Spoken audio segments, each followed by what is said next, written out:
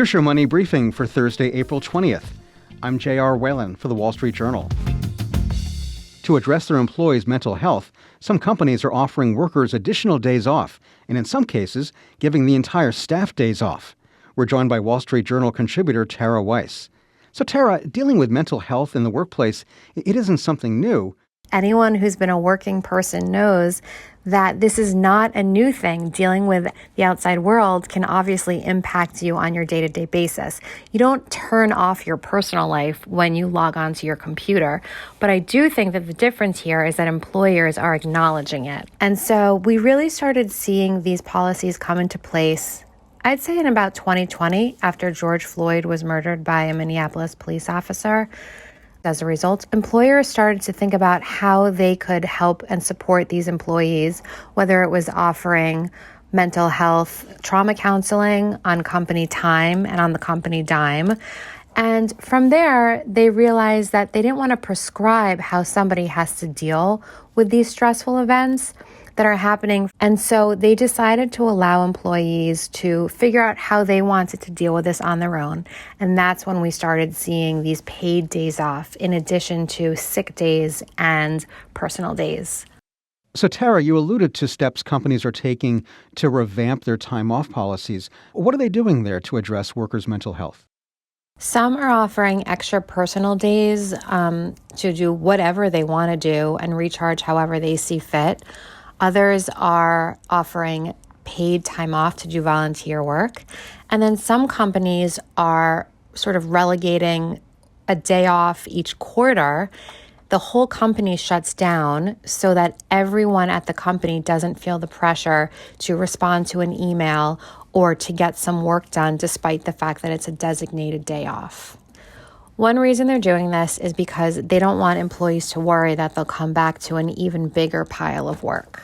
Okay, but at many companies, it just isn't possible to give the whole staff a day off, and definitely not on short notice. So how are companies addressing mental health and burnout, but short of giving the whole staff a day off? Sure. So companies are designing respite rooms. These are places to wind down, to come and to focus. If you've had a negative interaction with a colleague or a particularly stressful event happen at the office or even outside of the office, this is a place where you can come and just decompress. They often feature a soft color palette, biophilic design that would incorporate nature like plants, sounds that you might hear in nature, and you're not allowed to bring your phone in there. You're not allowed to bring your computer in there. They don't want this to become a place where people go to have a quiet work area. That's not the concept. And then at some places, like Adobe, for instance, they have a craft room, and that's meant not only to decompress, but also to really get the creative juices flowing for people who feel like they need to get their energy out. Adobe also has an outdoor basketball court in its Seattle office. At its headquarters in San Jose, California, there are meditation pods, private music rooms where you can plug in whether it's music that you want to listen to with headphones, or if you want to play, say, an electric guitar, you can plug that in with headphones so you won't disturb anyone else. Wow. And how have these gone over with workers? Are they working?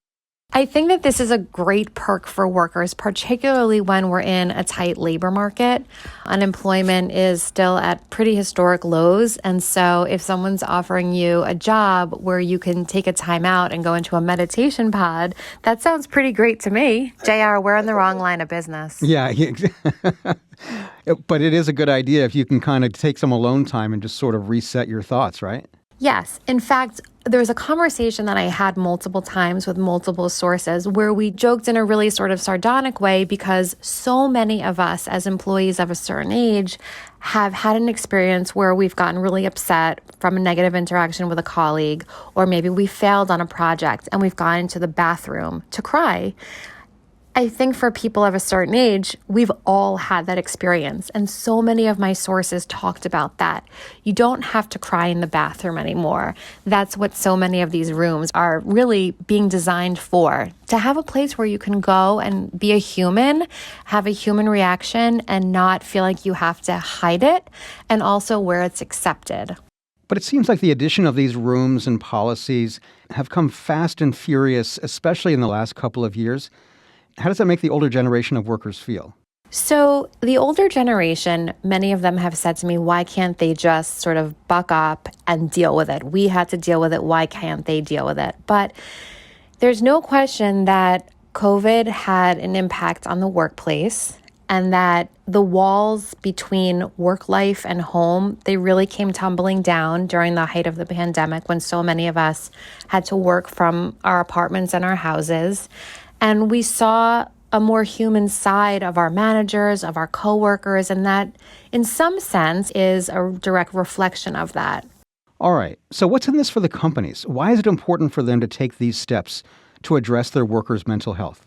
There's a growing body of evidence that shows that people who are suffering from burnout, anxiety, they're going to quit at higher rates. They're not going to be completely engaged with work. There was a pretty significant Gallup study that came out some months ago that talked about worker disengagement is at its highest levels ever.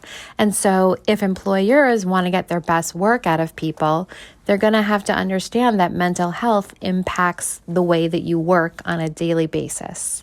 You know, Tara, you mentioned the importance of retaining and attracting employees in a tight labor market. Do companies typically advertise the fact that they offer these mental health initiatives? So companies aren't putting these in job advertisements, but by the time that you get to a job offer, this is going to be discussed in the benefits packages. And by the time you get to that point, especially if an employee is deciding between this job and another job, it's absolutely going to be something that they share with their prospective employees. All right, that's Wall Street Journal contributor Tara Weiss. Thanks so much for being with us. And that's your Money Briefing. I'm J.R. Whalen for the Wall Street Journal.